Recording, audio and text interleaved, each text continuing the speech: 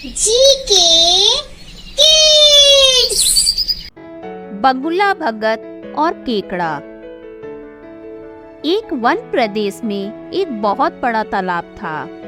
हर प्रकार के जीवों के लिए उसमें भोजन सामग्री होने के कारण वहाँ नाना प्रकार के जीव, पक्षी, मछलियाँ, कछुए और केकड़े निवास करते थे।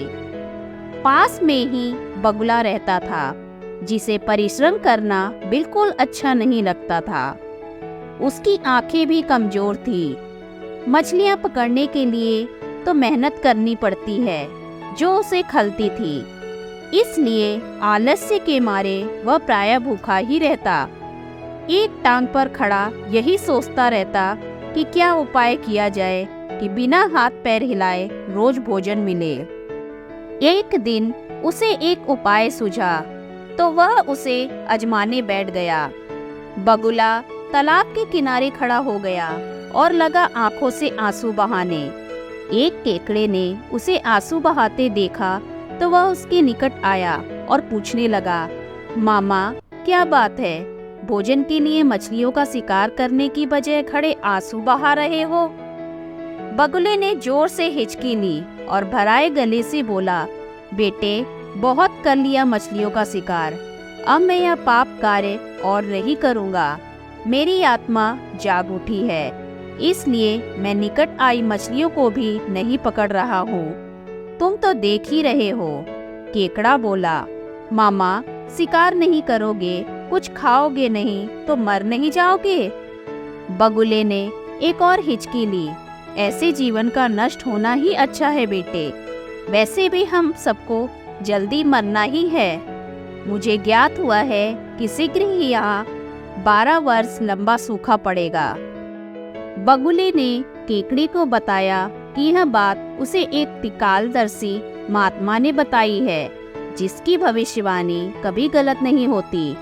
केकड़े ने जाकर सबको बताया कि कैसे बगुले ने बलिदान व भक्ति का मार्ग अपना लिया है और सूखा पड़ने वाला है।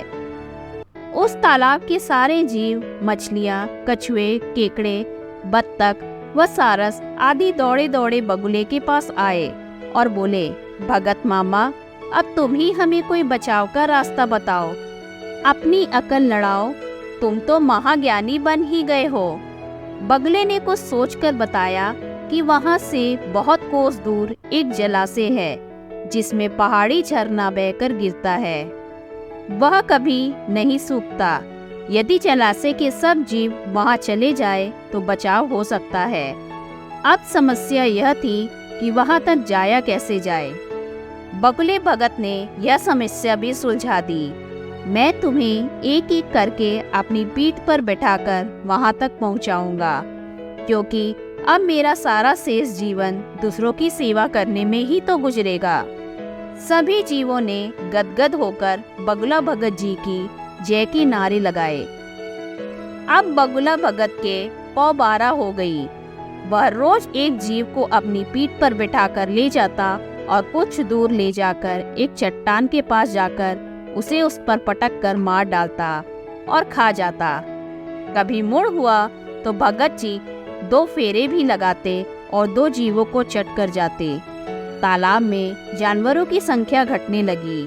चट्टान के पास मरे जीवों की हड्डियों का ढेर बढ़ने लगा और भगत जी की सेहत बनने लगी।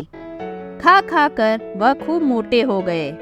मुख पर लाली आ गई और पंख चर्बी के तेज से चमकने लगे। उन्हें देखकर दूसरे जीव कहते, देखो दूसरों की सेवा का फल और पुण्य भगत जी के शरीर को लग रहा है। बगुला भगत मन ही मन खूब हंसता। वह सोचता कि देखो दुनिया में कैसे कैसे मूर्ख जीव भरे पड़े हैं, जो सबका विश्वास कर लेते हैं। ऐसे मूर्खों की दुनिया में थोड़ी चालाकी से काम लिया जाए तो मजे ही मजे हैं। बिना हाथ पैर हिलाए खूब दावत उड़ाई जा सकती है। बहुत दिन यही क्रम चला। एक दिन केकड़े ने बगुले से कहा, मामा तुमने इतने सारे जानवर यहाँ से वहाँ पहुँचा दिए, लेकिन मेरी बारी अभी तक नहीं आई। भगत जी बोले, बेटा आज तेरा ही नंबर लगाते हैं, आजा मेरी पीठ पर बैठ जा। केकड़ा खुश होकर बगले की पीठ पर बैठ गया। जब वह चट्टान के निकट पहुंचा तो वहां हड्डियों का पहाड़ देखकर केकड़े का माथा ठनका। वह हकलाया, यह हड्डियों का ढेर कैसा है? वह जलाशय कितनी दूर है मामा? बगुला भगत ठा ठा करके खूब हंसा और बोला, मूर्ख, वहाँ कोई जलाशय नहीं है। मैं एक एक को पीठ पर बैठाकर यहाँ लाकर खाता रहता हूँ। आज तू मरेगा। केकड़ा सारी बात समझ गया। वह सिहर उठा, परंतु उसने हिम्मत न हारी और तुरंत अपने पंजों को आगे बढ़ाकर उनसे दुष्ट बगले की गर्दन दबा दी और तब तक दबाए रखी जब तक उसके प्राण पखेरु न उड़ जाए। फिर केकड़ा बगले भगत का कटा सिर लेकर तालाब पर लौटा और सारे जीवों को सच्चाई बता दी कि कैसे दुष्ट बगला भगत उन्हें धोखा देता रहा। शिक्षा, किसी की भी बातों पर आंखें मूंदकर विश्वास नहीं करना चाहिए। मुसीबत में धीरज व बुद्धिमानी से कार्य करना चाहिए। धन्यवाद।